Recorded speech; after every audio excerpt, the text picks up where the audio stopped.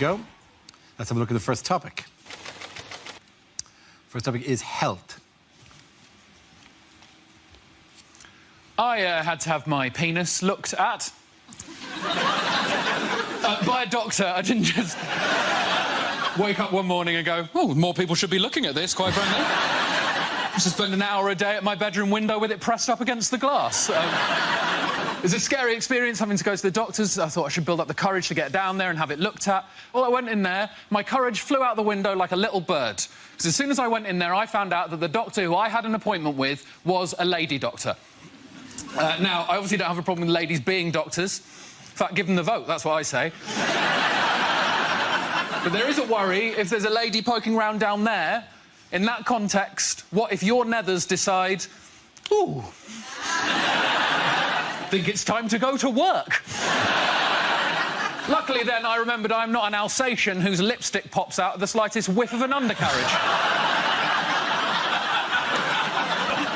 I needn't have worried because she was a good doctor, she was a great doctor. She put me at ease straight away using one word. This is what she said. She said, OK, Mr Gamble, just go behind that curtain there and pop it out for me. There's the word pop. Now, pop is a lovely word. As soon as I heard that word, I knew everything was going to be fine because she was not expecting anything big in that area at all. Because the word pop is reserved for very small things. No one has ever said, come in, help me, pop the elephant in the van, have they? So I was relaxed. Better than me going in there and her saying, OK, just heave yourself out your trousers for me. Just haul yourself out the front of your trews. Just swing yourself over in my direction. Maybe I can bring out this Shire horse and he can drag your junk over towards my workstation. Or open this corner cupboard and bring out a team of pantomime dwarves who can shoulder your meat and waddle it over towards me, like pallbearers at a weird circus cock funeral. Thank you. Good job. OK, that leaves us with Rob. Let's see what we've been left with for a topic. Let's spin the wheel. And the topic is growing up. Yeah, I've had a big year. I've been growing up, got married. And I live with her as well. We're doing I like it, it's exciting. She's pretty happy about the marriage, though. She's got a passport now, so... But it's weird, though, like, when you're getting, like, you grow up and you're getting, like, your friends all getting couples and stuff like that, they always go, like, why don't we do Come Dine With Me? No. If we're going to do a television programme, let's do Total Wipeout. It's much more fun, isn't it? I don't want to just cook more. And it's weird, though, because my mum did different things when she was growing up. She used to do Tupperware parties, and these don't exist. This is where groups of grown women used to buy and sell lumps of plastic. Like, what kind of night-in's that? And, like, the only thing that ever got bought at a Tupperware party was a big bowl, going to be used for salads in the summer, just turned into the house sick bowl. Everyone's got one of these horrible bowls in their house. It's a bowl you keep in your house so every member of your family's been sick in at least once. What kind of life's that for the bowl? He's at the Tupperware party, I'm a big bowl, going to see some salads in my time. No, mate, sick forever. But the thing is, as well, like, I used to come home from the pub, not even going to be sick, just a bit pissed, and Mum goes, get in the sick bowl, you need the sick bowl. I don't need the sick bowl, Mum, but I get the bowl, I look in it, get flashbacks, I'm sick everywhere. There's been 3 generations of sick in that bowl. It's the closest thing we've got to an heirloom.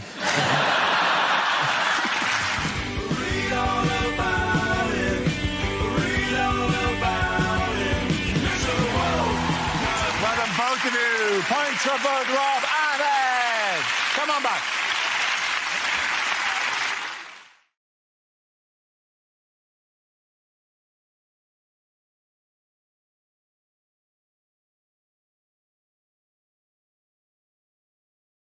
Let's spin the wheel. The first subject is life stages. Who wants to come in on that? Alice. I've got a very young kid, and one of the things I noticed about fatherhood is that it's turning me into a dad, right? I've started doing this thing that, when I'm excited, I've only ever seen, usually Welsh, usually very working-class dads do when they're excited, and I call it the clap and rub. OK, so if my mum, for instance, said, oh, I can't be bothered to cook tonight, why don't we have fish and chips? My dad, because he'll excited, will go, fish and chips? Fish and chips?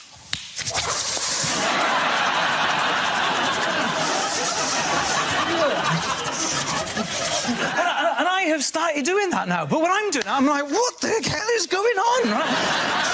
Why am I clapping and rubbing my hands? But it's an amazing thing, the clap and rub, because it's so versatile. You can use it to display excitement about anything. So you're like, oh, I'm going out for a drink with my friend Dennis. Oh, the inquiry found me not guilty. Another thing with having a baby is I think it brought on a midlife crisis. One of the first things I did when she was born was I joined a boxing club, like a proper spit and sawdust South London boxing club. I don't want anyone to be frightened at home, because I'm not a hard bloke, because at my level, boxing is almost exclusively skipping. I am absolutely incredible at skipping now, but I don't know how this is going to help me in a one-on-one combat situation. I'm so be walking down to Motorway late at night and a bloke will be like, oi, give me your phone and your wallet. I'll be like, what, are you mugging me? Yeah, I'm mugging you. Yeah, you mugging me? Yeah, I'm mugging you. Yeah, yeah, yeah. Well, try it. Thank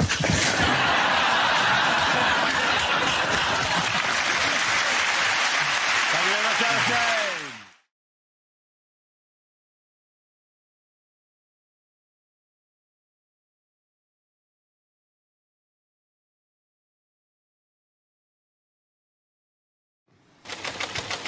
The first subject is nationality. Who wants to come in that? I'll take it. Olga. Hell yeah! Hi.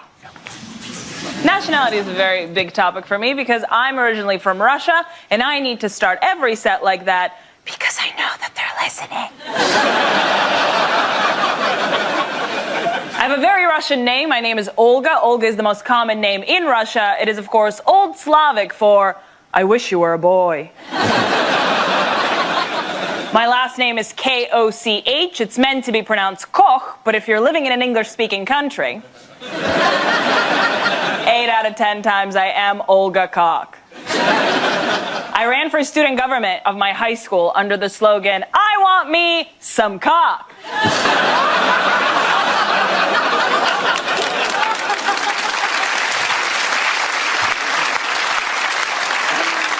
And I won. Also, I don't know if you know this, but in Russia, we don't have middle names, we have patronyms. So instead of another name, I have my father's name. So if you look into my passport, it literally says Olga Alfred's cock. So I never forget where I come from.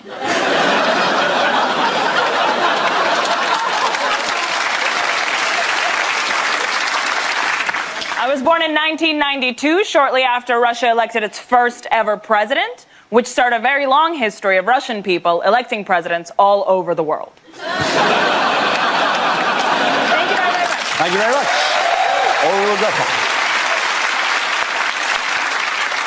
That leaves us with Nigel. Let's see what your topic is. Let's spin the wheel. Now, the topic is food and drink. Where you go? I'm foreign too.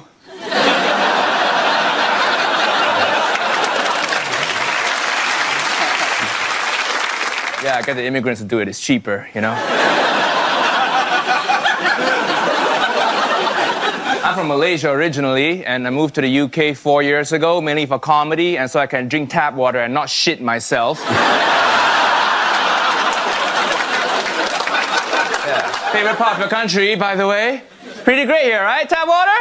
Yeah. Ironing my shirt today, got a little bit thirsty, just spray some ironing water straight into my mouth.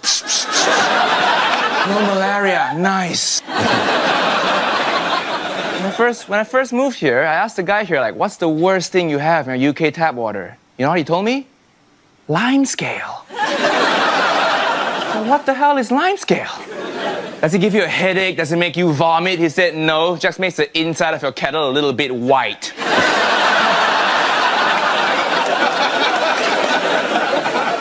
Life must be so hard for you. With your kettle discoloration problems. I love scale. I eat all the scale now, all right? Gonna go home and lick my teapot later.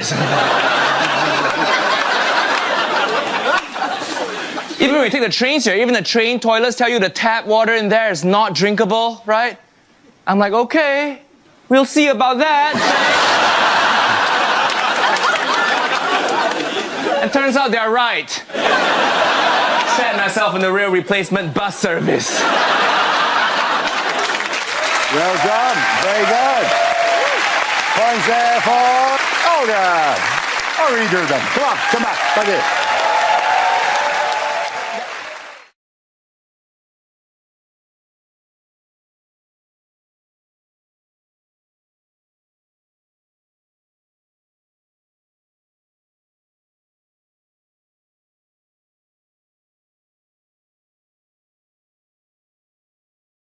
Now we come to scenes we'd like to see. So if everyone can make their way over to the performance area, I'll read out this week's topics and then we'll see what our panelists can come up with. Okay, here we go. The first subject is things you wouldn't hear on a survival show. This is the most terrifying animal you can see in the wild. It has the body of Posh Spice.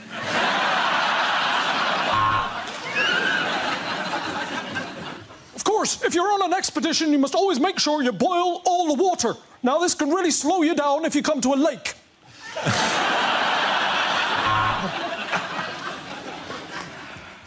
It's been 17 days since my last proper meal, and I am beach body ready, bitches. Bear, are you related to George Foreman grills?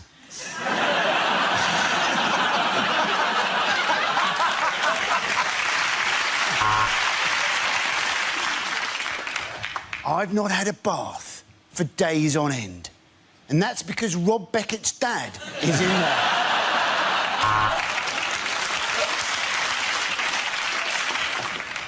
There is barely any water here, so we've been collecting our urine.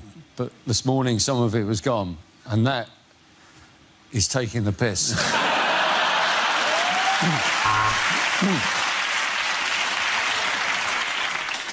Spent 3 days in the jungle with nothing to eat but raw caterpillars. I remember the moment I walked back into civilization. Whew, there are a few butterflies in my stomach, I can tell you. When I was thirsty, I was forced to drink my own urine. I'm now hungry and dreading dinner.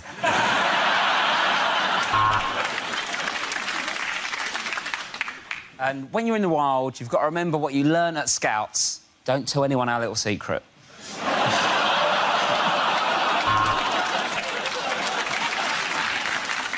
Well, night is falling, it's raining, and I'm in the shelter, but it still feels dangerous here.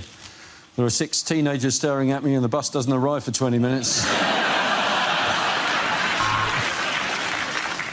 If you suddenly see a bear extremely close to you, the best thing to do, stand stock still. Pull down your trousers and just let it have sex with you.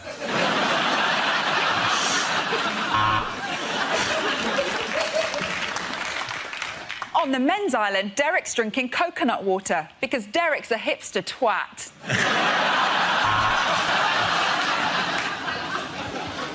After 3 months totally alone on the island, it's amazing that John hasn't gone mad. Isn't that right, John? Yeah, it is, yeah.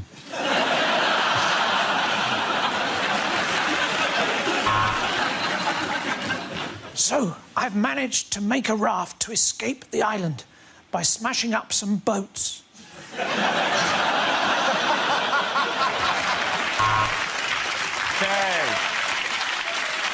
The next topic is unlikely things to hear over at Tannoy. Ladies and gentlemen, good afternoon and welcome to Waitrose, you smug, rich pricks. This is not a drill. I repeat, this is not a drill. Would somebody please go to the power tools aisle and get me a drill? If you see an unattended bag, please don't report it. Remember, you're in world of luggage.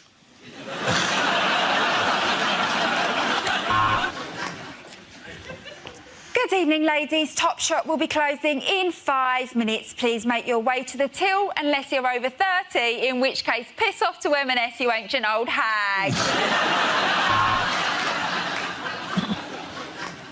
This is an announcement for the front desk of the swimming baths. Could doctor, someone's done a shit in the pool? Please come to reception.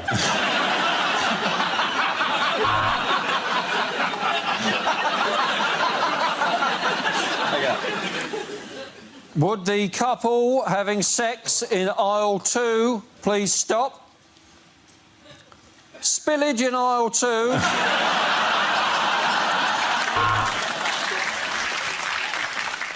The 1625 has unfortunately been cancelled and has been replaced by a replacement bus service.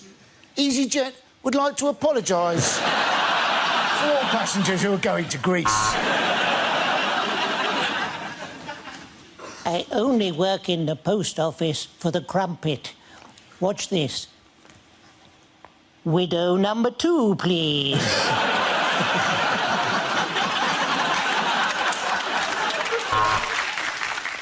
In tonight's performance of Chitty Chitty Bang Bang, the part of the child catcher will be played by a 1970s TV presenter.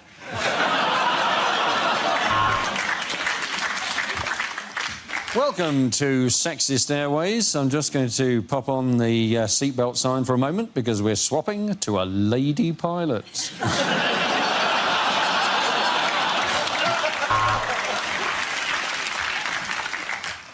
We are now coming into land in Russia, where the local time is 1956.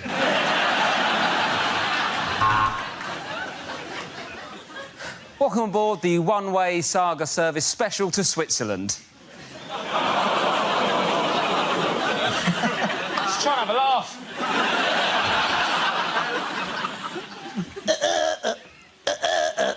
Attention to the submarine crew of HMS Nando's. Be careful not to burn your eyes on the periscope.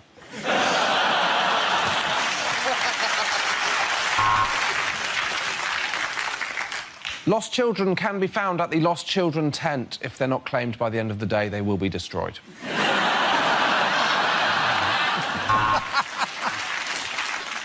Welcome to Megabus. Things haven't worked out quite as well as you were hoping, have they? Welcome to the sexist supermarket. Checkout number 3. Okay, at the end of that round, the points go to Josh Hewitt-Milton.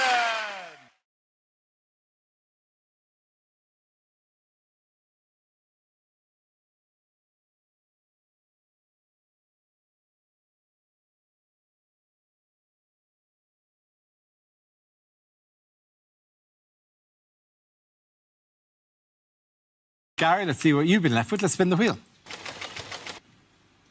And the topic is relationships. The other day, a woman described me as a bit of a looker. Well, voyeur was the actual word that she used. I used to go out with a parachutist with IBS, but she shat on me from a great height. One time, I nearly had a threesome with my girlfriend and my best friend, and the only thing that stopped it happening was they didn't invite me. My girlfriend said she wanted to try some new condoms with something special inside to boost her pleasure.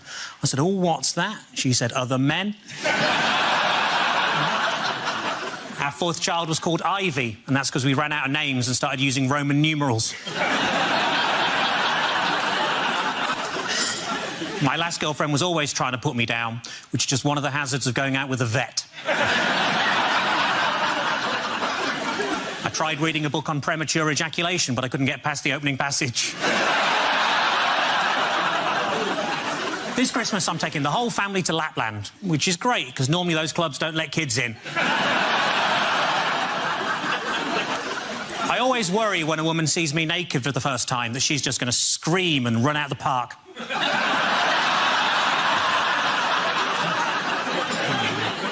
My girlfriend and I love watching box sets. We got 3 episodes into Orange is the New Black before finding out it wasn't about what would happen if Trump replaced Obama. Thank you very much. Well done. Point in that round. Gonna go to lady.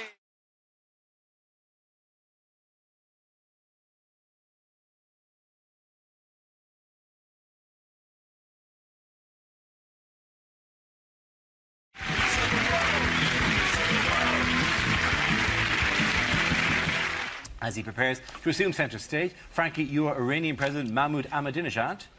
Thank you, got it right in one. You will tell us what he really means.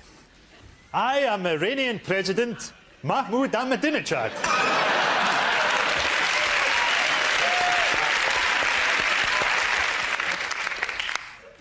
But you can call me Ted. We are developing nuclear power, but our aim is peaceful. We are developing nuclear power, but our aim is Jerusalem. We're developing nuclear power which could benefit the West. Have you considered changing your electricity supply? Iran has been accused of sponsoring terrorism. We do. 50p a mile. The American president is the son of a swine. I hope that one day his body is identified by the teeth marks on my penis.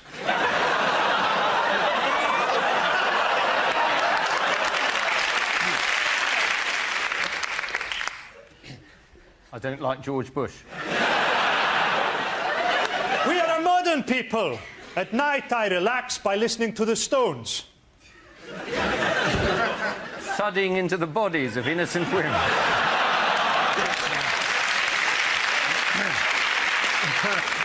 I am opposed to nuclear weapons and would like to see reducing numbers. 5, 4, 3, 2, 1. Very good, well done. Oh, put him down, Camilla. I'm sorry she's insatiable. Anyway, I meant to give you this. I don't know why. I don't care. Oh, look at this. This is lovely. This is like a lovely Christmas present. Goodness, my voice is even lower than normal. I wonder if they have any strepsils. By the way, I have already paid for this. I'm not walking off with it. Oh, for goodness sake, Camilla, put them down. It's a compulsion. We haven't got any money. Oh, no, please, if you could just pop them in the bag, that'd be thank you so much. Lovely, thank you. Just a quick word in your shell-like, Your Royal Highness. That is, in fact, the fourth carrier bag your wife has filled with Christmas goodies. So far, she hasn't paid us for any of them. It's a charity event. Well, don't worry, I'll just write you a pretend IOU. I normally prefer to play the way I handle my relationship with my mother. Contactless. You take your hat off and you bow. That's what you do. Hat off, bow. It may be Christmas, but I'm still the Prince of Wales. Yes. Oh, look at these. These are lovely. Would you give me a small furry aviator? Could I have one, please? No. Miserable wanker. Hello, Camilla. We got all the goods you asked us to obtain for you. That's lovely. Are they all here? Oh, what a lovely puppy. Could I have the puppy? Look at these dogs. What lovely dogs. Could I have the dogs? Well done, you did it! Rory, you're England football manager Sven Göran Eriksson talking about recent events. Well, hello, ladies and gentlemen. Hello, ladies.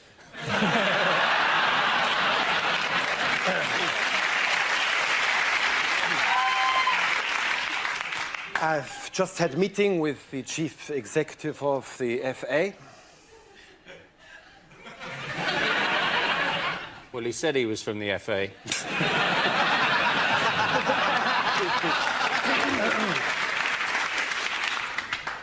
We reached a very amicable settlement. I'm rich! When I took on this job, I knew exactly how much it involved. $4.5 million a year. We'll do well in the World Cup. We've got an excellent squad. Peter Crouch is world class.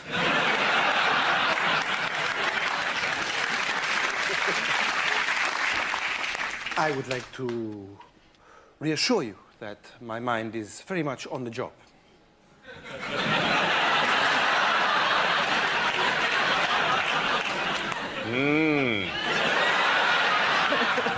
Nice tits. In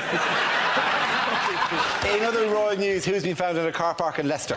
This is Richard III, isn't it? It is Richard III, yes. Do you know about Richard III? I know a little bit about Richard III, yes. Well, Although Richard my the- image of Richard III would be kind of odd, because we weren't taught a lot of that in school, is of the Shakespeare... So he was... Skywalker!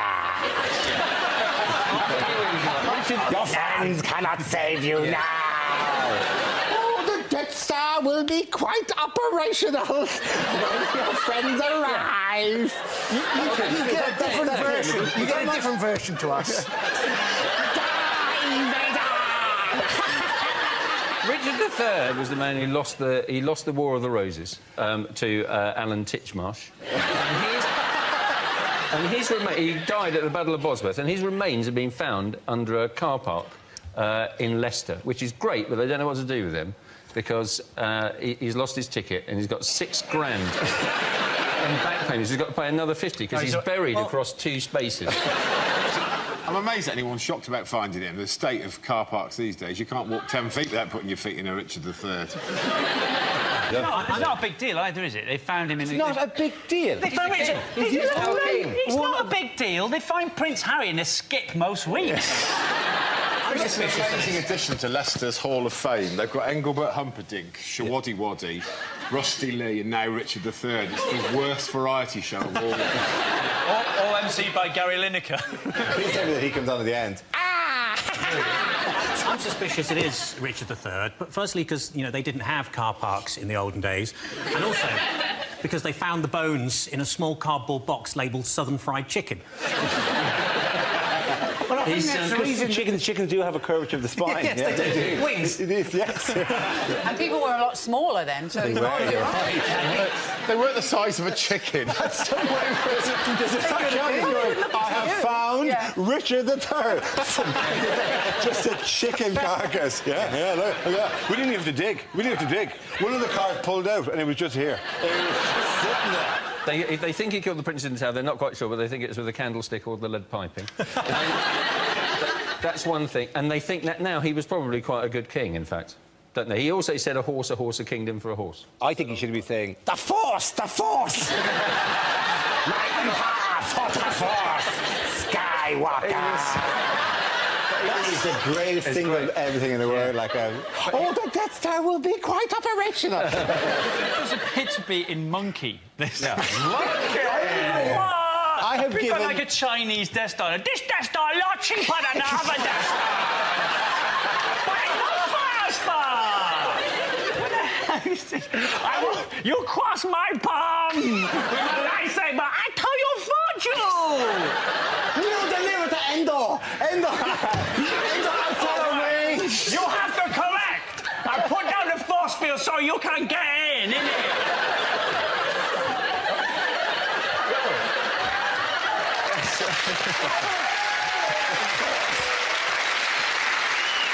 I'm looking forward to the worldwide distribution of this episode.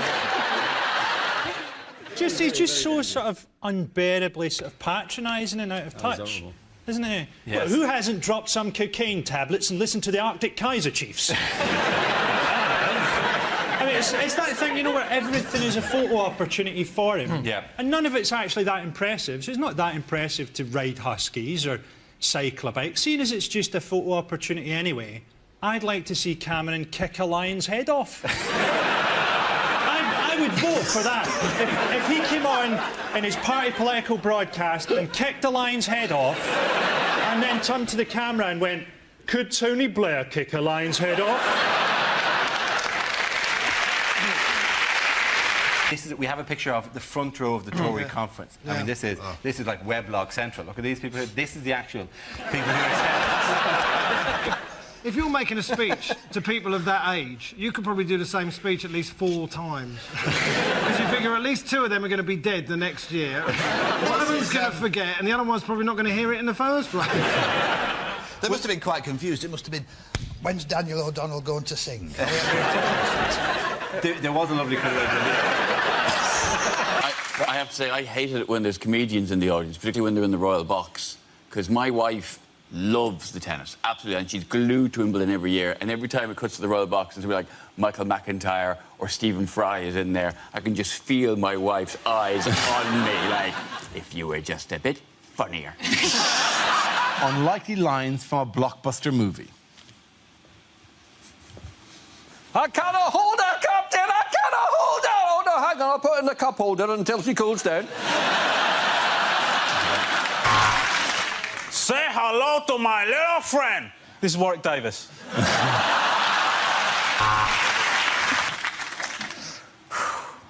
And all the Weatherspoons in all the world, he had to walk into mine. Tall fella, answered to the name of Dara, said I'd recognize him from the back of a megabus.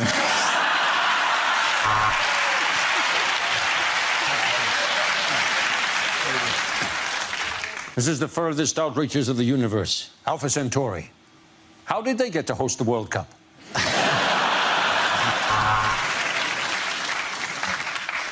Are you looking at me? Are you looking at me? It's just very difficult to tell you've got a lazy eye. Well, lovely to see you, David. Oink, oink. Yes, lovely to see you too, Angler. Particularly because when the car pulled up, I thought you were Nicola Sturgeon. Terrible woman, of course. Anyway, loving the jacket. Have you come as one of the minions? I'm wearing yellow because it's the colour of Nick Clegg and I know how much you miss him. Also, it's the colour of mustard you might have on pork. Oh, what, that silly thing? Oh, that's a plinth, small enough to hold the names of every refugee we haven't let in from Syria. Anyway, over to you, Angler. Thank you very much, David. There are many things. Germans would like to teach Britain how to make a decent car, how to falsify emissions records. Oh, God, I can't help daydreaming. I wonder how Porky is now.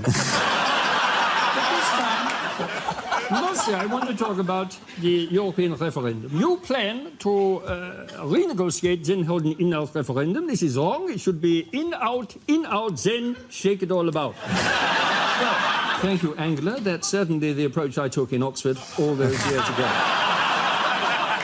OK, here we go. The first subject tonight is commercials that never made it to air. I'm Tony the Tiger. Siegfried and Roy taste great. For effective ethnic cleansing, use Milosevic. Wimbledon's so posh, though, because even the ball boys have the balls posh. When they pick the balls up, they just go... What's that? Why can't I just throw it back to him? He gets the ball, they go... What's that about? The thing is, I love if the ball boys, if they had done like jury service where anyone just got picked at random to do it, rather than all these little posh kids just like rude boys going, I'll leave it out, bruv, I ain't getting your fucking ball. 30 degrees, bruv. This week, Rory, you'll be Tony Blair and Gordon Brown making a recent announcement. I'm running the country, he's not. Just a word. I think it's important that you understand these are the real decisions that affect the future of the country. Should I have curry or an Indian? Or, no, maybe Italian. Italian, that would be nice. Or no, maybe Chinese. Right, and I think, these are the important things, the things we all come together and decide, they're going to determine exactly what's going to happen in the future. And those decisions, pink for the upstairs bedroom, green for the downstairs... And that's what I'm saying to you simply here. And, we've all gathered here, we've got a number of people. There's a man there who, I think his hair was black when we started. But, look, I agree with everything he says, not because I actually agree, but because it's a better chance of me taking over when he's actually finished. Hey, you believe that, you believe anything? Hi. Hi. You got your head the wrong way around. I love the Smurfs, yeah, great. The original deal, he said 3 months. And then, of course, we fell out about that. But I think he will be out quite soon. I honestly do. I'm sorry, I said I'll move when the house is ready. The trouble is I gave the contract to Multiplex, right? OK, so it could be another 18 months. These two Muslims walk in a bar, OK?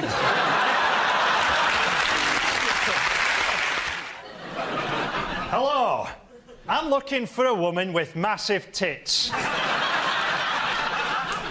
So that she won't be intimidated by mine.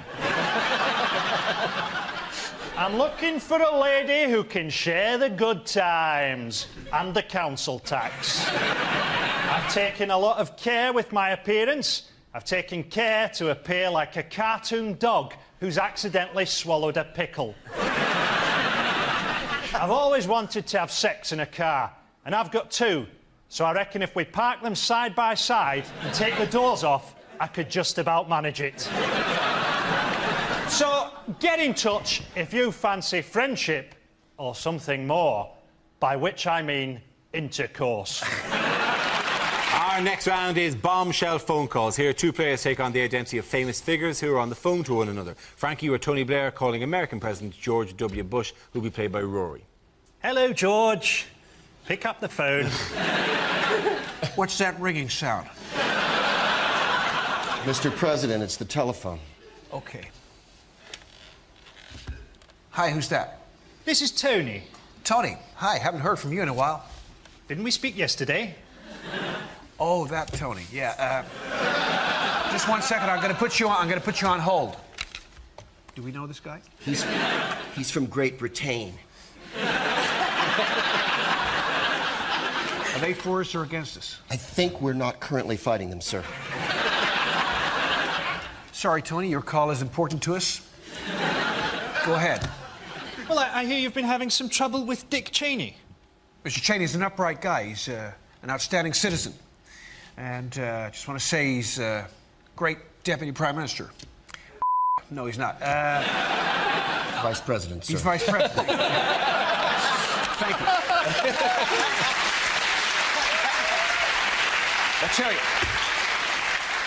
I'll tell you, every world leader could do with a dick as their deputy. Well, I've certainly got one. They tell me you're going to stand down soon. So tell me about Gordon. Can we trust him? I'm sure we can. Arrange a meeting with Gordon and the I can't speak either. Arrange a meeting with Gordon and the Lizard Masters. I'm sorry, did you say Lizard Masters? I have to say, George, this impression is uncanny. Ah, tally-ho, look out, posh boy coming through. I wonder if there's any grub. I'm absolutely starving. Now, remember why we're here, Boris? We're here to reassure the public about spending cuts, not just so you can eat. No, but look, there's cake. There's cake. There's loads of cake. I love cake.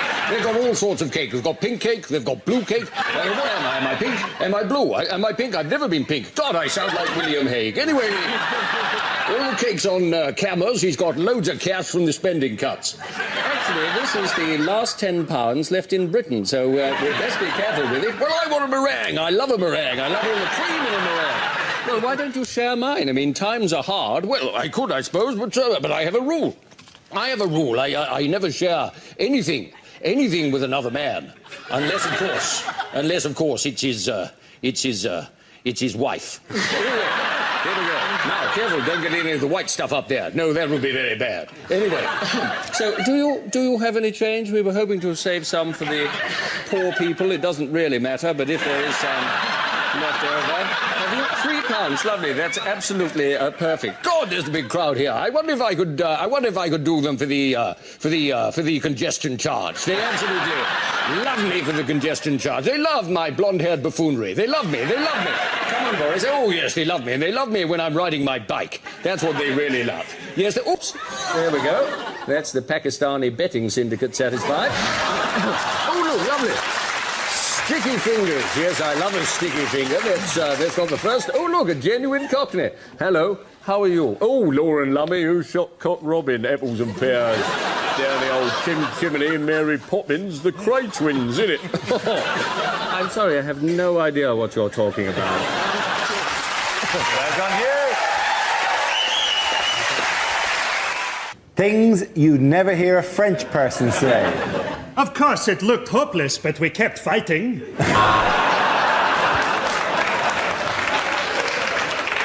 I'd like a bottle of Burgundy and a Dairy Lee Dunker, please.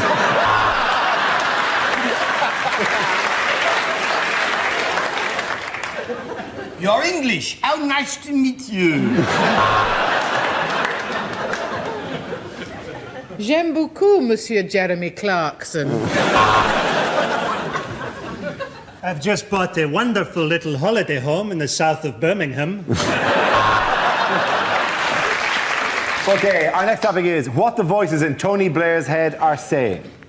You will obey. You will obey. Trains, toilets, and celebrities. What is the question? Is it, if you're going to make a sex tape on public transport, what 3 things do you need? Is it what Peter Andre says when he's asked what his daily routine is? Our trains, our toilets, and our celebrities.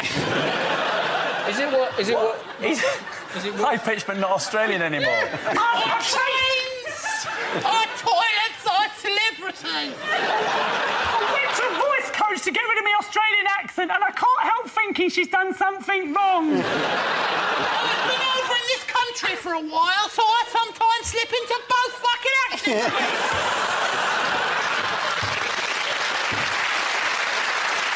Our trains give them a six-pack.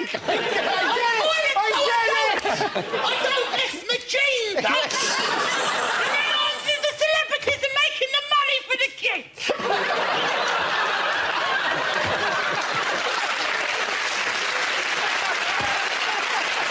Right, yes. Now, I am from the south. Have you noticed? I have been north, up the M1, and I don't know what happens to the word the.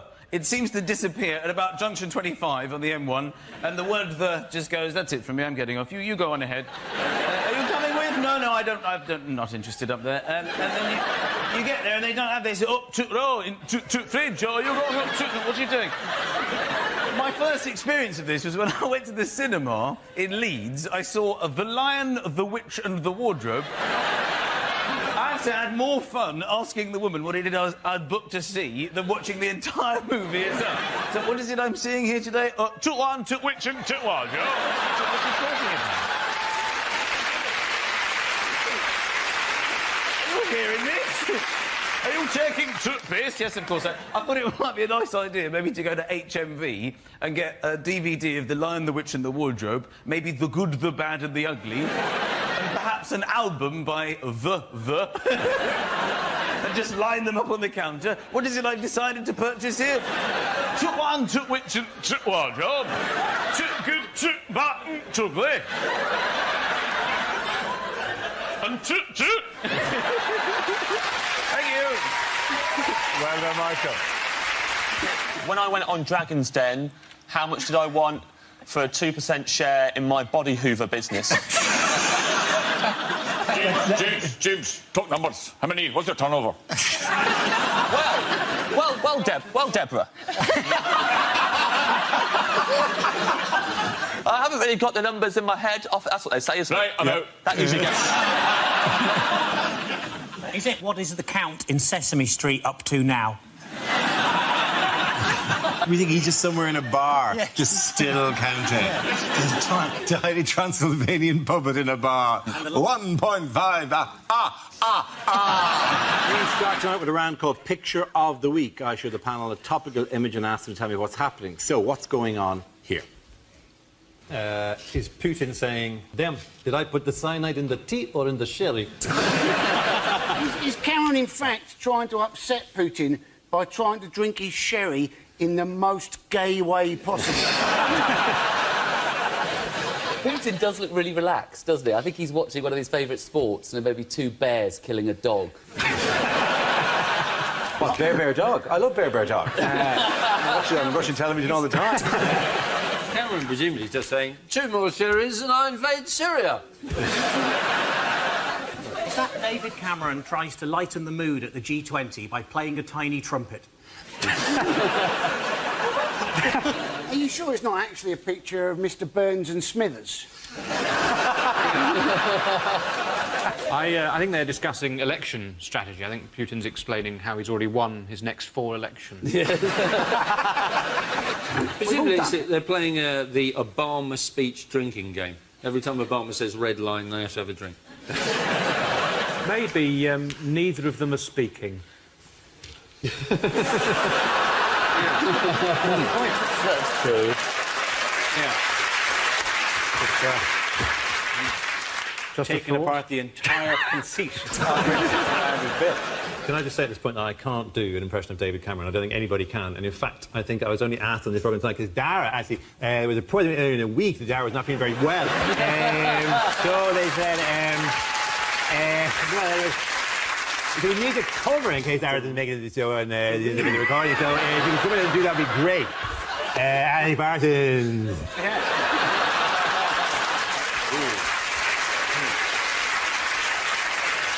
A particularly savage Ed Byrne impersonation you're doing there. I never knew he had a love child with Louis Walsh, but they seem to be living in one giant house together, raised by Terry Wogan. Anyway, so...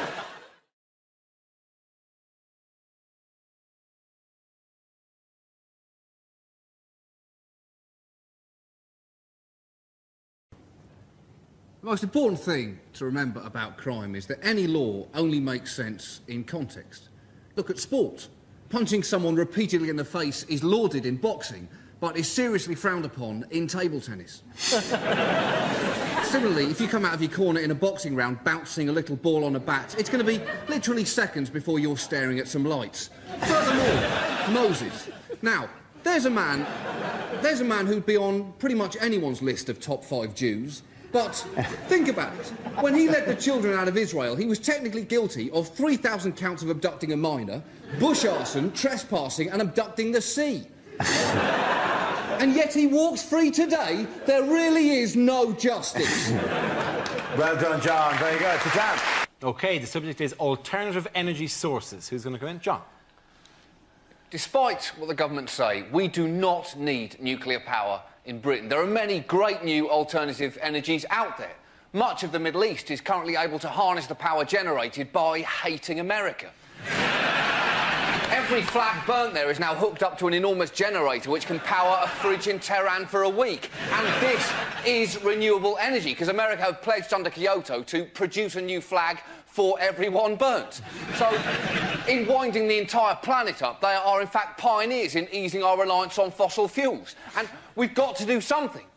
Britain is now so terrified of any rise in petrol prices that people in Britain have been seen at recent oil slicks wedging seagulls directly into their petrol tanks, screaming, "I've got to get to work! Keep still and tuck your wings in!"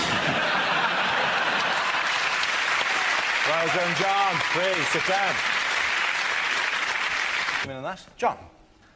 I, like most people, simply cannot understand why recycling my old tin cans has not sorted everything out. I want a proper explanation. At the very least, I want all my old tin cans back. What are they doing with my cans? We in the West are responsible for this. We consume far too much in the West, but if you want to talk about overconsumption, how about books? Millions of books are printed every year and most of them go completely unread. If we really want to save the planet, we need to return to the art of verbal storytelling. If an author has something that they want to say, they need to jump onto a horse, ride to the nearest village and start shouting. Let's see if Dan Brown has quite so much to say after that.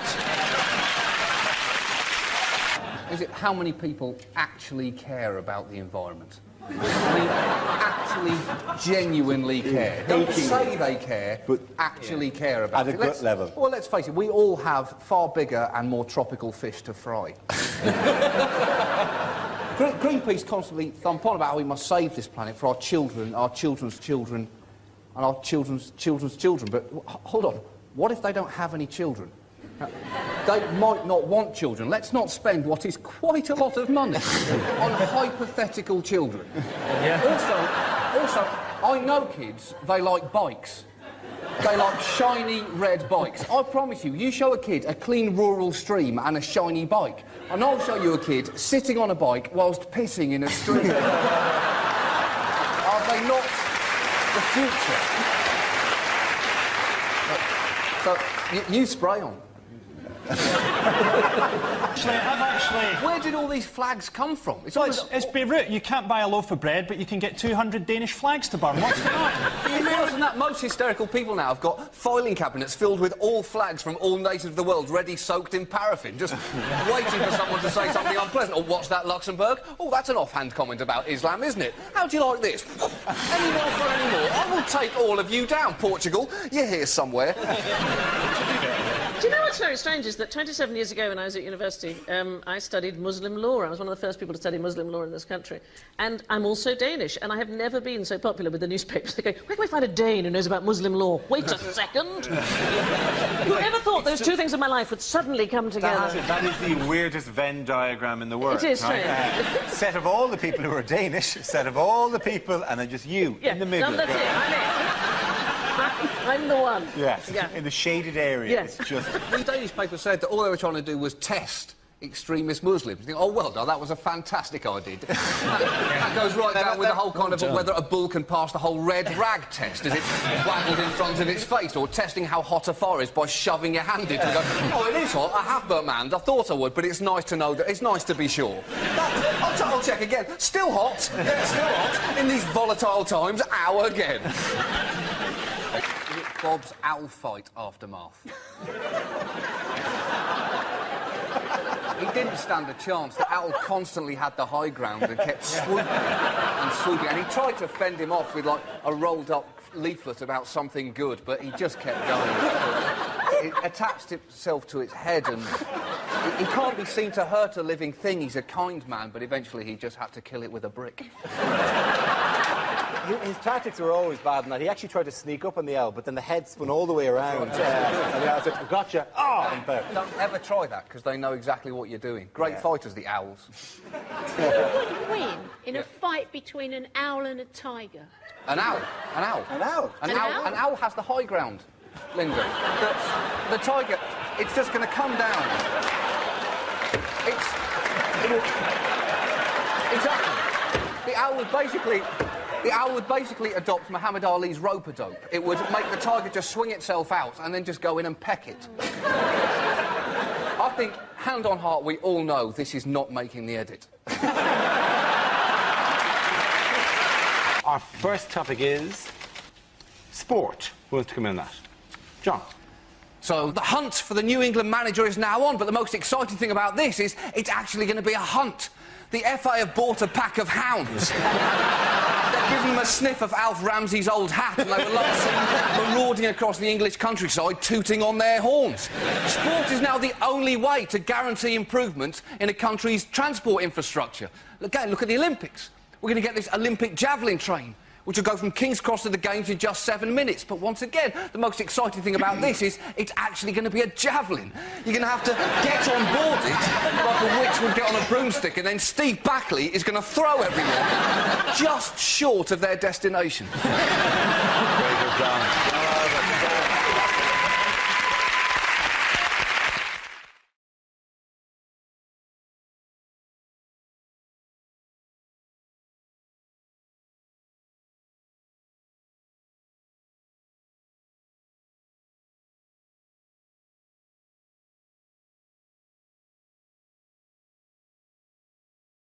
Now we come to scenes we'd like to see. So if everyone can make their way over to the performance area, I'll read out this week's topics and then we'll see what our panelists can come up with. OK, here we go. The first subject is unlikely things to hear on a property show. 6 months in and Mike has fallen out with the builder. There was no window there and neither of them noticed. With violence and strong language from the very beginning, it's a place in the Sunderland. Yes, it is north-facing, but on the plus side, it's a caravan, so you can just turn it round.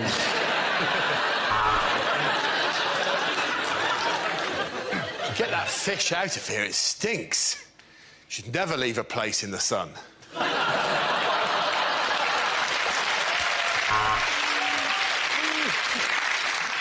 We've just 1 hour while Gina's at the shops to improve her flat in Luton. We're setting it on fire and moving it to Oxford. Well, It's another setback. This time the structure is damaged. And for the first time, I'm asking myself, will the Death Star ever be finished?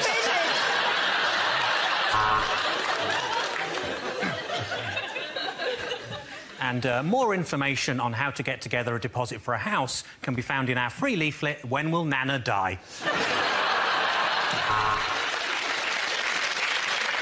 So, you bought it at auction for £100,000, but what exactly are you going to do with Middlesbrough?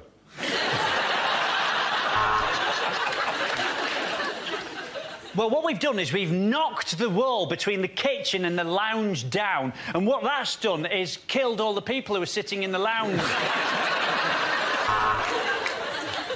The kitchen's done in a very modern style. We call it crack den.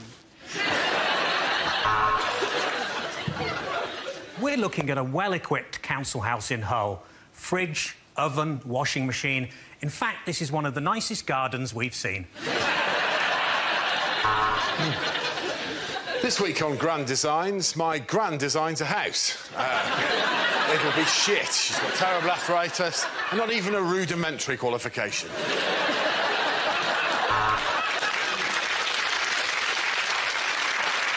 3 coats of varnish and a new rug, and Brucey is ready for his next show.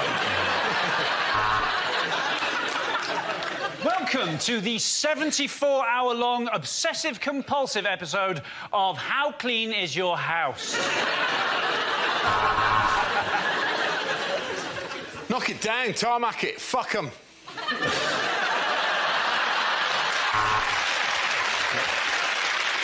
OK, the next topic is unlikely things to hear in a maternity ward. Mr. Parsons, your baby looks exactly like you.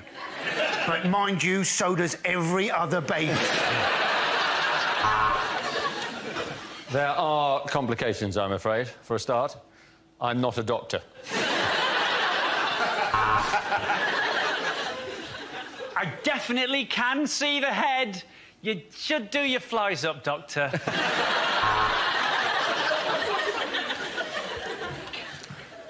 Bad news, I'm afraid. He's ginger.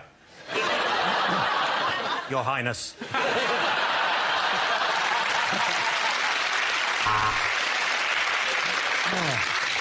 So, would you like to hold the little fella? Or shall I give you the baby?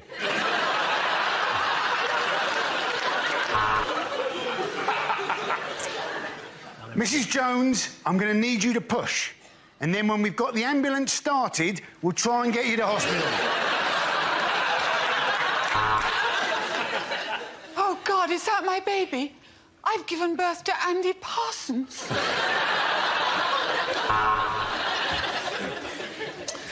I'd stay up that end and talk to your wife if I were you, Mr. Smith. It looks like Alien versus Predator down here. And this is the ward for unwanted twins. We call it the Jed ward.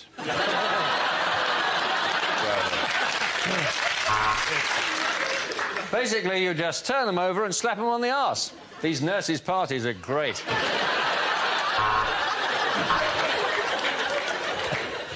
Nice to see you again, Mrs. Jolie. If you'd like to just move along to the next window to collect your order.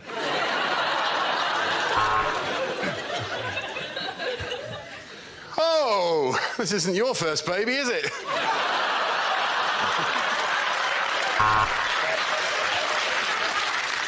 You have a bouncing baby boy. I know that because I dropped him in the delivery room. OK, big breath. Big breath in, hold it, and pass the joint to the midwife. If you're not in when we deliver your baby, is it OK if we leave it with a neighbour?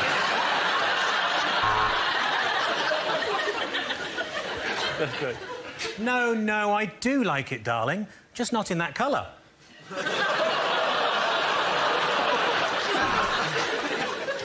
I know you're in great pain, but we need to know your name.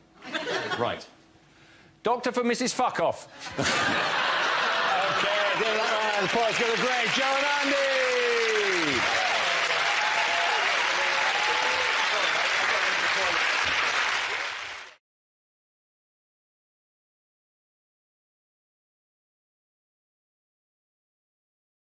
Unlikely things to hear in a TV election debate.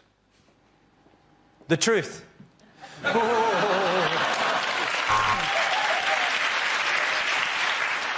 Labour, ready! Tories, ready! Bring on the wall! I think of this studio as a second home, which is why I'm claiming expenses for it. And the lines have closed. Gordon, it could be you. David, it could be you. Nick, it's not going to be you.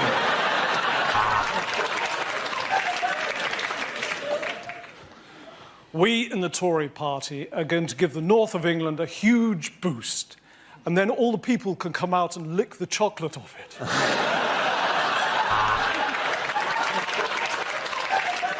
If you're elected, you'll raise taxes. If your mum's elected, she will. It's me who got you into this mess, and it's him that will get you out of it. And at the end of that round, Gordon, you've scored no points. I'm really very, very proud of my working class roots. When I was growing up, we only had an outside toilet. Eventually, we got enough money to buy a house.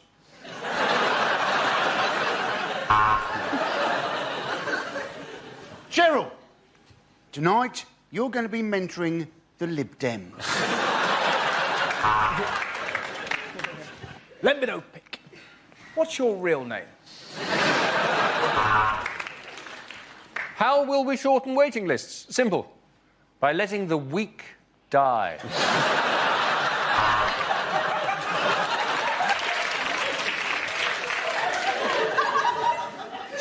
Hello! I am the Messiah! And the Queen is a biscuit!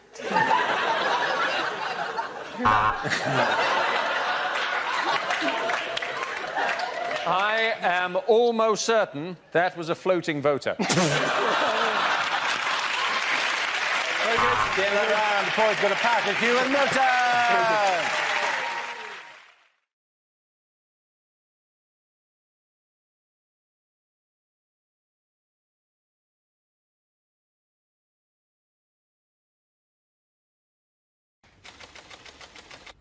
Subject is the West Country. Who? Russell. How can you not love the West Country? I've genuinely seen graffiti in Bristol during the last Tory campaign. Do you remember, are you thinking what we're thinking? Somebody had written underneath it, is it, do I like what's-its? It's phenomenal. It's wonderful, isn't it? I used to live there. I've moved away from Bristol because I was near a dogging site, which is just a bit odd, right? And, all right, I wasn't into it. I was just near a dogging site, right? And I was talking to my friend. I was like, Jane, why do they do dogging near the house, right? And she looked and went, apparently you got really great views of the Clifton Suspension Bridge. And you're like, well, you've got faith in humanity, haven't you? Just the idea that I tell you what, it's only when you're doing the nasty in a Cortina that you can truly appreciate the work of Isambard King de Brunei. That, my friend, is craftsmanship. Shall we? Wonderful. Thank you very much, Russell. OK, we're left with Michael and Andy. Let's spin the wheel again. The next subject is North-South Divide. There goes Michael. Right, yes. Now, I am from the south. Have you noticed? I have been north, up the M1, and I don't know what happens to the word the. It seems to disappear at about junction 25 on the M1, and the word the just goes, that's it from me, I'm getting off. You go on ahead. Are you coming with? No, I'm not interested up there. And then you get there and they don't have this, fridge, oh, you're going up to, what are you doing? My first experience of this was when I went to the cinema in Leeds. I saw The Lion, the Witch and the Wardrobe. I had more fun asking the woman what it is I'd booked to see than watching the entire movie itself. So what is it I'm seeing here today? Toot one, toot witch and toot wardrobe. What's he talking about? You're hearing this? Are you taking toothpaste? Yes, of course. I thought it might be a nice idea maybe to go to HMV and get a DVD of The Lion, the Witch and the Wardrobe, maybe The Good, the Bad and the Ugly, and perhaps an album by The... and just line them up on the counter. What is it I've decided to purchase here? Took one, took witch and took wardrobe. Took good, took button, took ugly. And took. Thank you. Well done, Michael.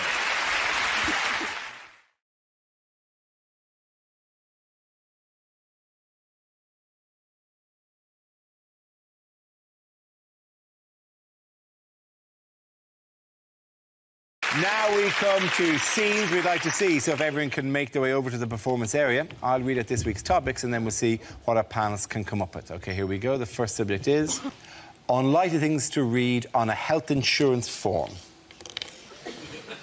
Would you describe the condition of your heart as A, very good, B, mediumly good, or C, boo?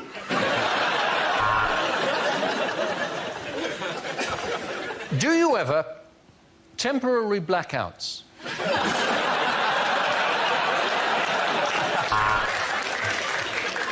Do objects in the middle distance appear to be coming to me, to you, to me, to you?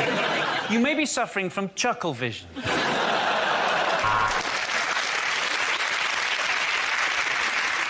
Are you suffering from or have you ever had an STD, you slag?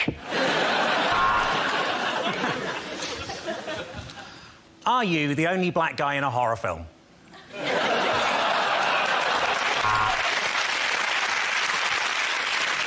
Have you ever experienced a burning sensation when you pee? Were you drunk at the time and holding a cigarette at the same time? Please describe your alcohol intake. Moderate, average, excessive, Glaswegian.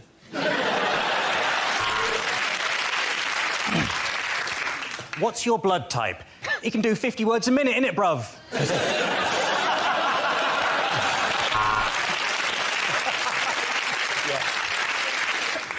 Buddhists, what was your last cause of death?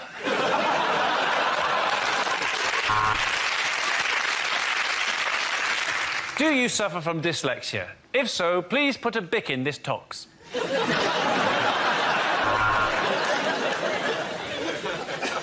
Do you smoke? Can I have one?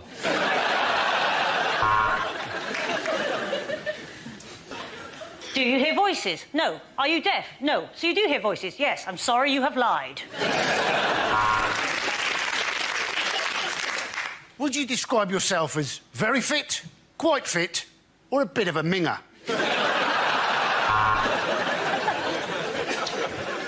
Do you suffer from dizziness, double vision, or seizures? Then why did you take a penalty for England?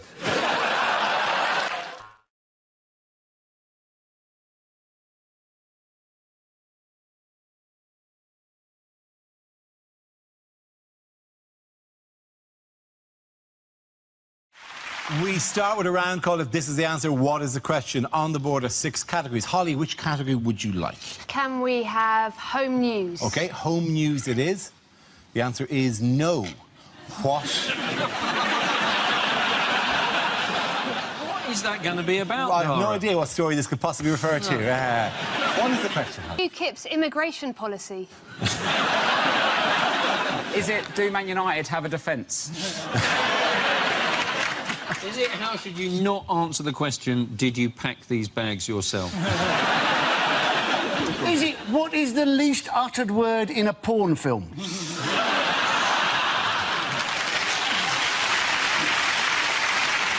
Is it what did his friends call Nostradamus? Is it, what type of oil painting is John Prescott? Is it the answer to the question, do you want to be in my gang, my gang, my gang?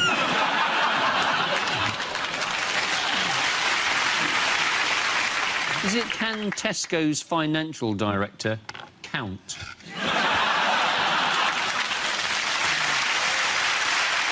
If we could possibly now move you towards a correct answer. Is it normal to take all your clothes off to have a poo? Is it, would Dara look sensible in a Fiat Cinquecento? Is it, do I have a tiny willy? Is it, once you're over 60, should you trust a fart? Is it what the Scottish people said in the referendum? It is exactly that. Thank you very much, Andy Price. That's right. Of course, the question I was looking for was, how did Scotland vote in last week's independence referendum? The vote, which had a remarkable turnout of nearly 85%, saw the No campaign win with 55.3% of the vote, compared to the Yes campaign's 44.7%. What do you think swung it in the end, then? I think it's probably that more people voted no than yes. It's a level of analysis we're very proud of.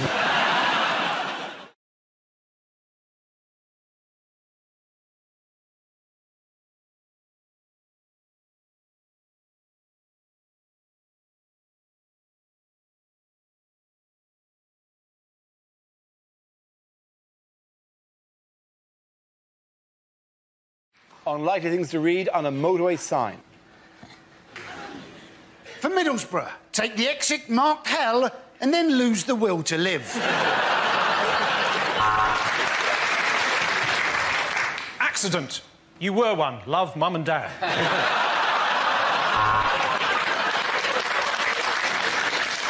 When lights flash, dogging is about to start.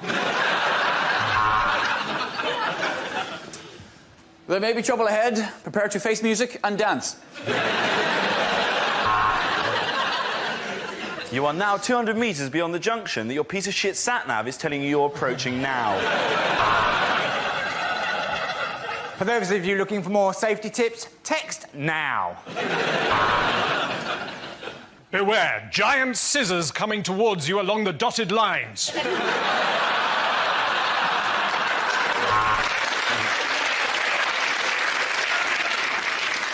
Turn on lights in tunnel. They're on the right, just above the entrance. Turn off the sat-nav. Use the force, Luke.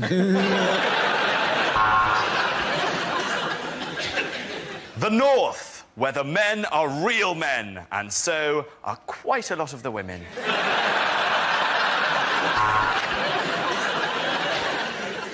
If you can taste this sign, it means you've crashed into it. Throw banana skin behind car now. Super Mario and Diddy Kong approaching from rear.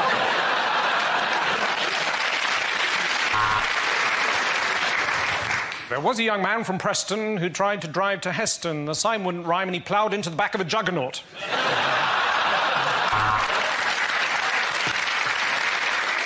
Pick us up a pint of milk, Tell. Thanks, Trace. At the end of that round, the call's going to Jack here in Milton.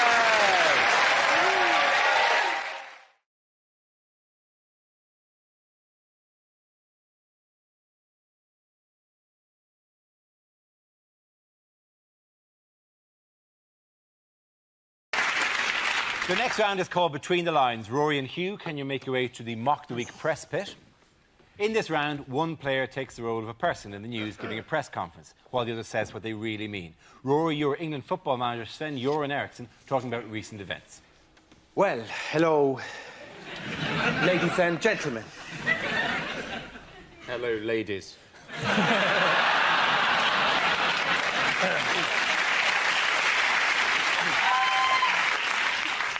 I've just had a meeting with the chief executive of the FA.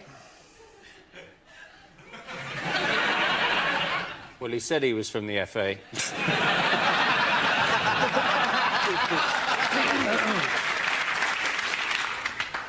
We reached a very amicable settlement. I'm rich! When I took on this job, I knew exactly how much it involved. $4.5 million a year. We'll do well in the World Cup. We've got an excellent squad. Peter Crouch is world class.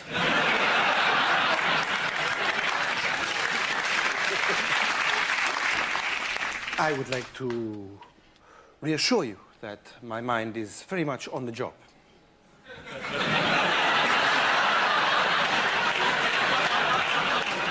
Mmm. Nice tits.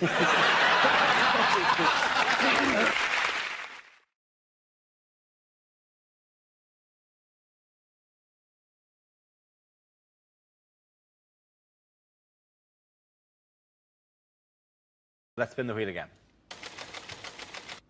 The next topic is men's health. Who wants to come in on that? Russ? I went to the doctors recently with anal issues. I thought I had cancer, not I can't put my CDs in order. But it's a terrifying moment, right? So scary, because in your head, I'm going to die. And I went there and I took down my trousers. Obviously, we had a chat first, and it just... I'm not very well. You see that, mate? This is a chip shop. You've never done it slower in your life. I was just peeling them down. I got them down to about there. Just heard his booming voice go, "In the other room." You have a decision to make there. Do you pull them up or do you waddle with pride, right? You waddle, that's what you do. When you waddle, you can't help but giggle. The last thing you need is to be giggling is before a man's going to pop his finger in your Richard, because now you're a wiggling target, right? I'll be honest, when the finger goes in, you're not laughing anymore! You're like a red arrow! And that's the moment they chat. How you doing? Fine. When you draw the curtains, we've gathered quite a crowd. Look at that, it's Atrium Steps and he's getting violated. I'm not alone!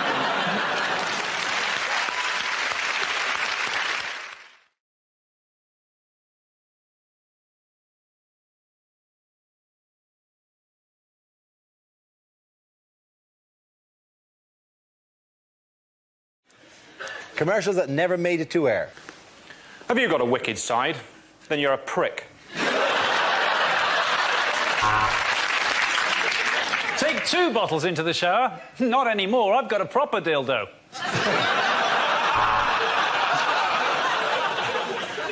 JD Sports. 2,000 looters can't be wrong.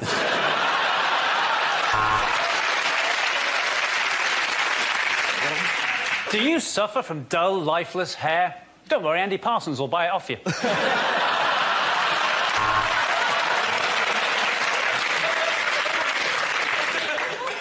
With ABS, sat-nav and airbags, this may be the most advanced condom you ever buy. How much did you say you earned for those direct line car insurance adverts? Well, people deserve to hear about this. Honk, honk, honk, honk.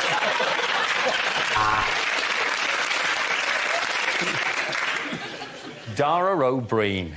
We work, so he doesn't have to.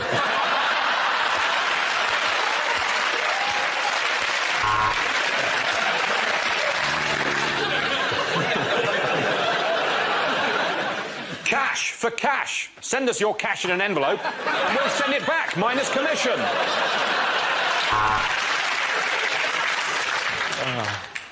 Every year, thousands of bears are captured, tortured and forced to dance in front of crowds of cheering people. Call 0845 now for ticket hotline. Ash for cash. Put your cremated relatives in an envelope.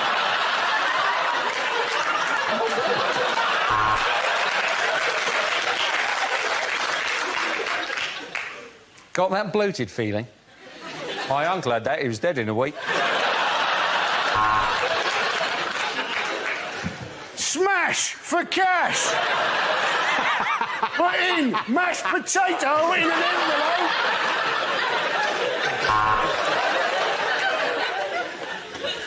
Don't just book it, Thomas cook it. Dignitas in Switzerland. Why have we got barbecues at low, low prices? Because the summer's been shit and no one's bought them.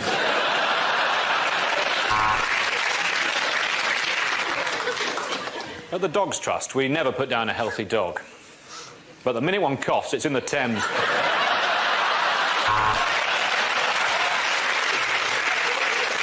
Do you suffer from unsightly chest hair? Should have gone to Peck Shavers.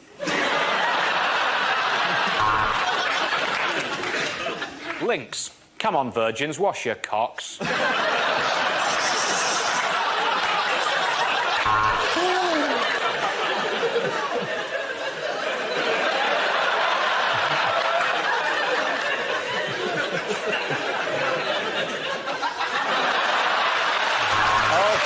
at the end of that round, points go to Chris, Hugh and Carl.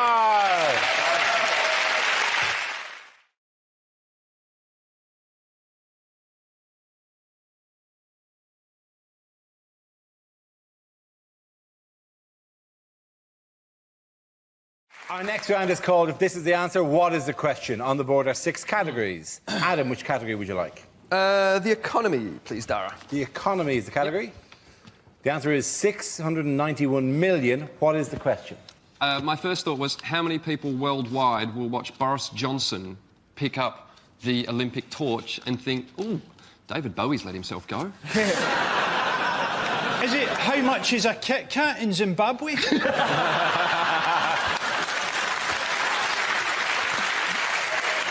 What speed does Jeremy Clarkson think is reasonable in the built-up area? What does C-3PO shout when he ejaculates? Is it how many shitty political cartoons with bears with the word Russia written on them have been printed in the last week? Is it at what age did God have his midlife crisis? Oh, the son's left home. Is it how many lies has the average grandad told? Oi, if you're watching, you didn't kill a bear. What would the $6 million man cost now? What does Kerry Katona claim in child benefit?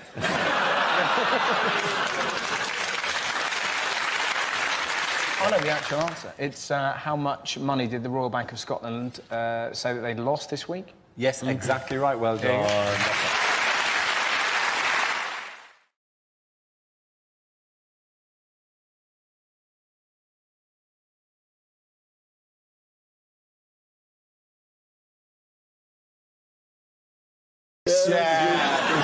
Has anybody noticed Dara's eye, by the way?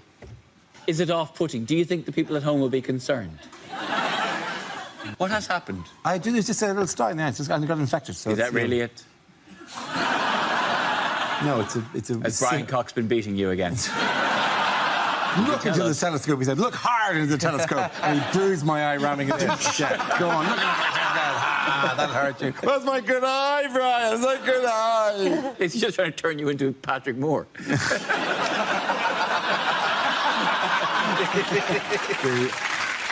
They're so worried they get me an eye patch. That, like, this would be much more subtle if I played that.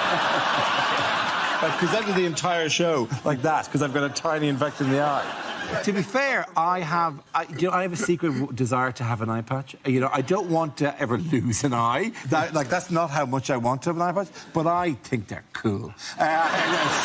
Something massively impressive, because a guy with an eye patch, shit has happened. Because also you can do this. Sexy. So the final part of undressing in a sexy way would be to take off the eye patch and what? You take my eye out. In other news, what do doctors want us to stop using? They're waiting rooms to sleep in. People taking helium, and they enjoy it, and they speak very highly.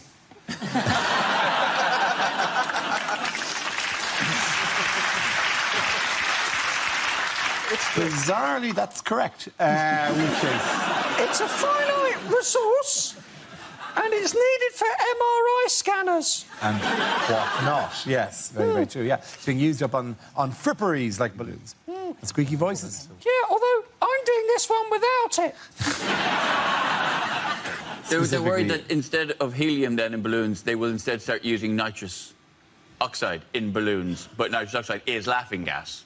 So then that's the worry, is that the kids will be able to get high on their balloons if we end up having to do party balloons with nitrous oxide.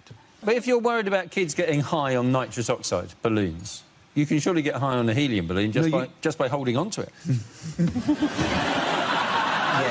I was doing a gig at Festival, I think it was, and you could hear when people are taking nitrous, like you can hear it because there's an audible because they do it into a balloon and into their mouth to give themselves a giggle. And people were doing it at my gig. Actually kind of it's a cruel heckle, isn't it? It's like, OK, I'm going to need something to get me through this. Is it not fear that, Ed, that you deliver one of your trademark jokes and the crowd will go... Was that not the same? I only found out those little canisters that they suck it from are called whippets. The little canisters of nitrous That's oxide. right, yeah. Yeah, they're called whippets. Yeah. Somebody said to me, the kids are sucking whippets in the park. And I was like, oh, my God, do I need to call the RSPCA? By the way, how do scientists now think the universe will end? Oh, spoiler alert.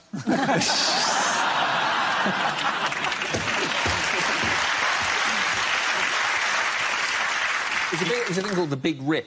Yes. The universe is sort of is accelerating so fast and getting faster and faster and faster that eventually it will just rip itself apart. Yeah. Is that right? And that'll be the end. They say this, how do scientists now think? What other nonsense have scientists just made up about what might happen 20 billion years from now when no one's around to say, oh, you got that one wrong? It's just nonsense that his mate Brian natters on about to keep himself siphoning BBC funds into his big fat bank account. I'll tell you what, it's all bullshit.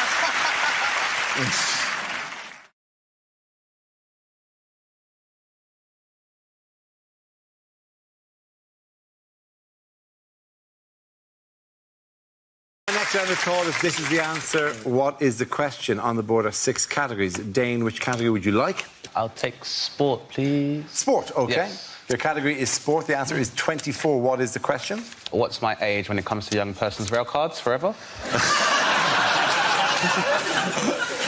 That's not the correct answer, but it's a good scheme. Is it the number of people Jesus could have sat at the Last Supper if he'd used both sides of the table?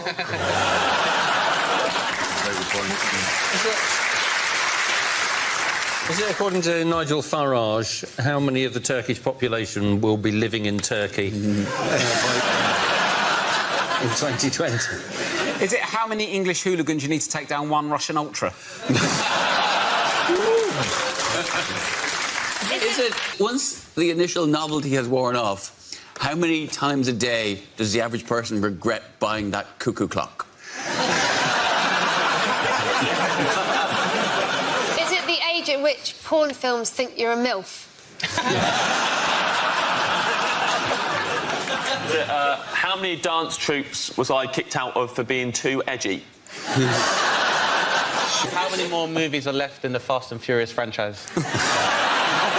Is it how many people in France went to work this morning? Is it after what age is life just an increasingly speedy descent into despair? Is it when an English person and a European person share an advent calendar, how many chocolates does the English person think they deserve? Is it, on average, how many hours sleep do you get every night when you're dead? It sounds nice. It's not that. No, it's not that. No, this one's about football, isn't it? Is it how many teams are in the Euros? Yes, it yes, is. Please. Well done.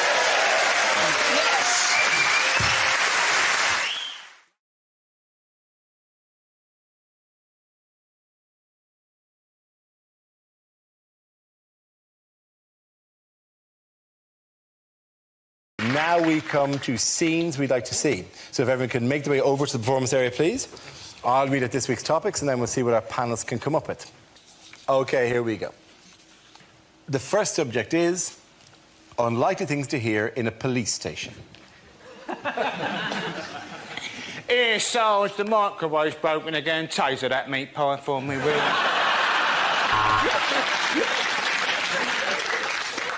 I know it's unlikely, but I don't suppose anybody has handed in Colonel Gaddafi, have they?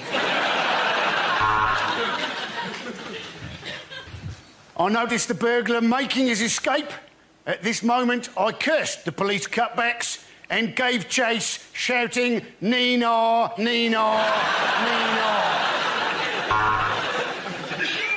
All units, be on the lookout for a purple Renault Clio. Registration number, Saffron Doily 22, Bongela Chrysanthemum. Hiya! No, we didn't manage to evict many of them, Sarge, but the good news is I got some lucky heather. No, I've not come to report a crime. It's just that I really missed the bill, so I thought I'd pop in for an hour. Here, Sarge, pass us the arts section out the Guardian, will you, mate?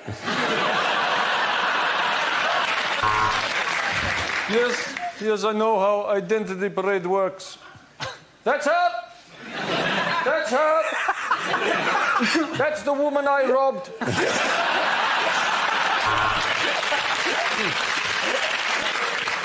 Right, listen up. We've got a new man starting. He's half man, half horse. It's Inspector Morse.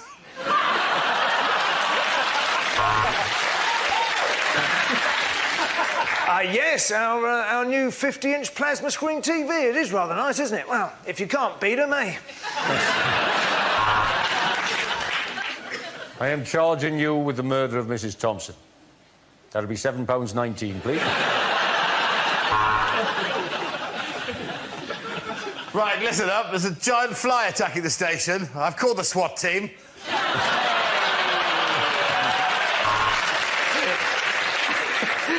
Thank God you've arrived, officer. Some bloke just jumped into the boot of my car and shot himself 14 times. Yeah, we got the tox report back. Turns out they go straight after the ticks. I was about to arrest her, Sarge, but to be honest, my bottle went because she shouted out, "I put a curse upon you! Okay.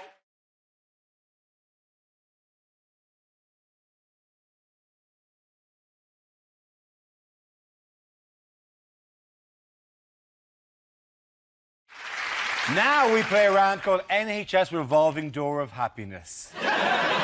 This game involves Michael, Andy, Frankie and Russell, so if you could make your way to the performance area, please. This is where we test our performers' stand-up skills.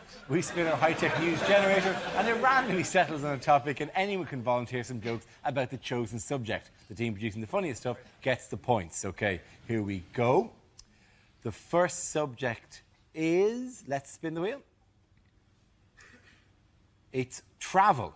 Who wants to come in on that? Andy Parsons. Now then, it is quite tricky, isn't it, travelling at the moment? You go over to America, they actually fingerprint you. Now, ladies and gentlemen, but only 2 of your fingers. So, provided you've used only 8 fingers to commit a crime, you should be absolutely fine. America, of course, the self-styled home of democracy, when, at the moment, their current president is the son of a previous president, and it looks like their next president may well be the wife of a previous president. What a democracy, hey, ladies and gentlemen? Say what you like about Britain, but I think we're unlikely to elect Mark Thatcher or Norma Major. They do, of course, say that Americans have no sense of irony. Now, I don't think this is true. I think Americans do often have a sense of irony. What they often don't have is a sense of self-deprecation. Only in Britain would we have a best-selling book entitled Crap Towns, and they'll have to produce a second book, Crap Towns 2, because too many British people had written in complaining that their town hadn't made the first book. Thank you very much, Andy. Right, let's spin the wheel again. The subject is relationships. Yeah, that means relationships, that picture there. That represents all of our That looks like an relationships. extramarital relationship. Good. Hello. I've taken this subject. Yes.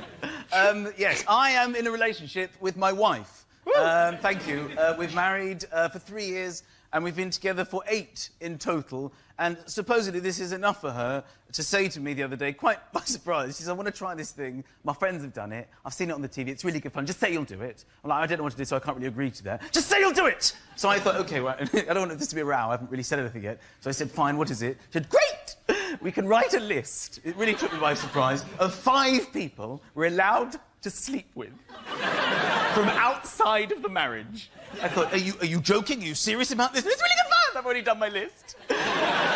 OK, fine. So I humoured her, so I compiled this list. She gives me her list. I just wanted to run it by you girls because I felt it was kind of predictable. There were no surprises, usual suspects. George Clooney was #1 on the list. Brad Pitt was on the list. Justin Timberlake was on the list. She's like, give me your list, give me your list. So I give her my list. #1, your sister. She's like, where are you going? I'm going to phone your sister. You didn't think this through, did you, darling? Why don't you try George Clooney's agent? Thank you. That's my joke. Well done, Michael. Thank you very much.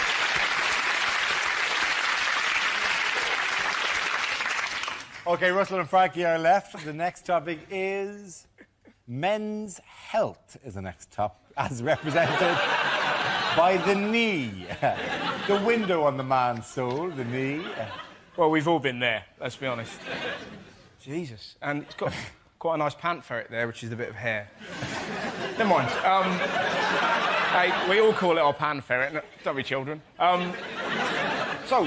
Men's health, basically, it's quite an embarrassing story. Because it's terrifying when you go to the doctors and you're so scared. I turn into a 6-year-old boy. I'm totally unable to explain what's wrong with me. I'm like, doctors like that, what's wrong with you? Who did this to you? Dragons. And you're sat there, terrified. 3 times in my life, I've been convinced I've got testicular cancer. Every single time, it's been an ingrowing hair. It's, yeah, funny. It's getting to the stage. I need something terminal just to stop me looking like a massive pervert. You know, there's no way of getting comfy when you're having your balls checked, because the doctor's like, obviously my balls aren't that big. If you sat there and go, well, you do appear to have a problem, Mr. Howard. You appear to have camel's gonads. But you don't know where to put your hands, you know? You can't sort of do that or anything. I toyed with the idea of doing that firmly. I wish I'd been courageous enough just to go... But I didn't. I sat there like a timid T-Rex as my penis gently shrunk. And it's horrible, because the only good thing about going to the doctors is the ladies' magazines. You know, it's always the same. I found love in Falaraki. The most orange woman you've ever seen. Like morph in a frock, clinging on to some terrified waiter. He gives me love 24/7. Cock your own fish fingers, Darren. He's a keeper. You're literally flicking through. When you get to the middle, that's when it gets properly ridiculous. There's always some woman staring at that. There's a ghost in my womb. I was walking downstairs. It flew out me vulva. It were Henry VIII. And that's the only good thing about going to the doctors. Thank you very much for your time.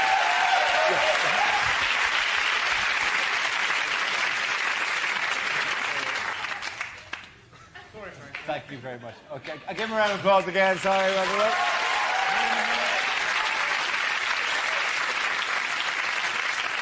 Well, now that we've comprehensively dealt with the topic of men's health, Frankie, let's see what you've been left with.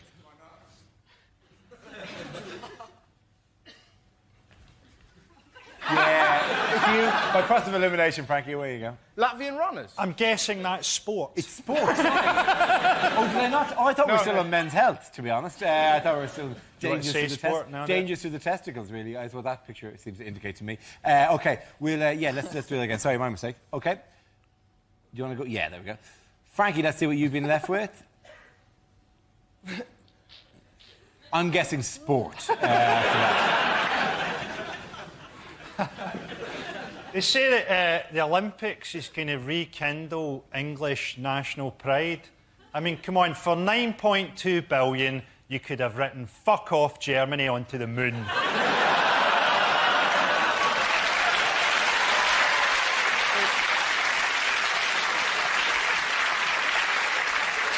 It's good they're holding the Olympics in the East End of London. It means the athletes will have to use extra skill to work out which of the gunshots they heard was the starting pistol. Glasgow's getting in the act. Glasgow's bidding for the Commonwealth Games. Be good to finally see an international athletics event with a crowd fail a drugs test. The East End of Glasgow is already like an Olympic village. Lots of people who struggle to speak English wandering around in tracksuits. I'm looking forward to our opening ceremony, seeing them lighting that torch from a smouldering Ford Focus. Frankie Boyle, let's up. Well, let's give the points. Round of it. Andy and Russell get the points in that one. Come back down.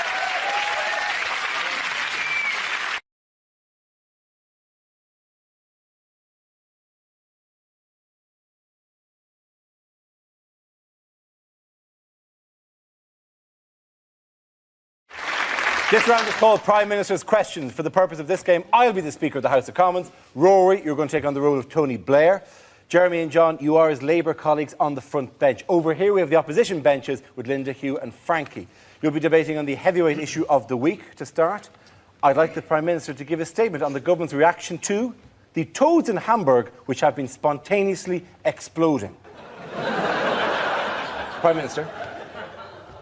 Mr. Deputy Speaker, I'm sure by now the House will be aware of the tragic incidents in Germany at the weekend in Hamburg, which has seen a number of frogs spontaneously exploding. Our thoughts are with them. At this time, our condolences go to our German counterparts. I'm able to say that no British frogs were involved. We would very much like to share condolences, but we'd also like a guarantee that the government is taking steps to make sure that none of these frogs make the short hop across the channel. Or toads, which I believe is also the subject of the story. And if they do, will he slam the toads in the hole?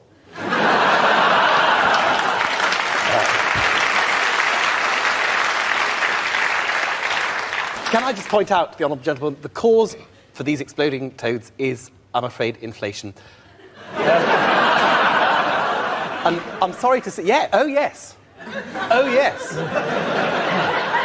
Yeah, inflation, which has been brought under control under this government and was rampaging under your previous administration. Can I just ask, given that what we know of the Germans historically, how long will it be before they start using these toads in their pornography?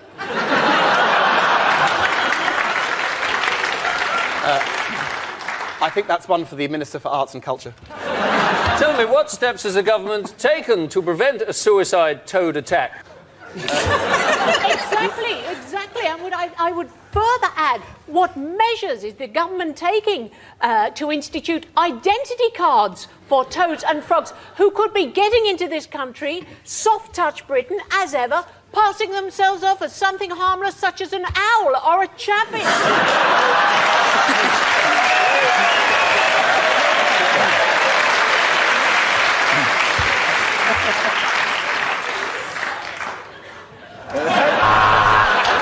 On that, ladies and gentlemen, I think the opposition take it tonight.